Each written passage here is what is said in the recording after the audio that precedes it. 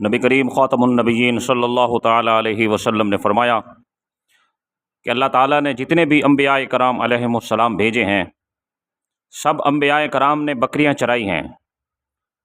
اس پر آپ صلی اللہ علیہ وسلم کے صحابہ نے عرض کی، یا رسول اللہ صلی اللہ علیہ وسلم آپ نے بھی؟ تو رسول اللہ نے فرمایا کہ ہاں، میں بھی چند قیراط پر اہل مکہ کی بکریاں چرایا کرتا تھا، اور ہر بکری پر 1 قیراط معاوضہ دیا جاتا تھا۔ 1 قیراط دینار کا 20واں حصہ ہوتا ہے۔ اس حدیث طیبہ سے معلوم ہوا کہ محنت و مزدوری کرنا کوئی ذلت کا کام نہیں ہے، بلکہ حرام کا مال بیٹھ کر کھانا انتہائی درجہ کی بے شرمی، بے حیائی اور پرلے درجے کی ذلت و خواری ہے۔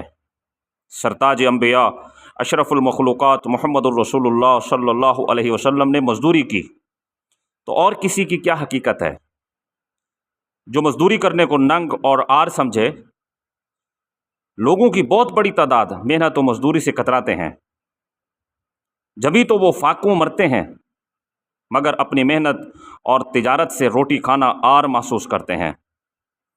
خاک پڑے ان کی ایسی عقل پر جو انہیں فاقوں مرنے کے لیے چھوڑ دے اور محنت و مزدوری اور تجارت سے روکے، جبکہ سید الانبیاء صلی اللہ علیہ وسلم نے ارشاد فرمایا کہ القاسب حبیب اللہ، کہ ہاتھ سے محنت کر کے کمائی کرنے والا اللہ رب العزت کا دوست ہے۔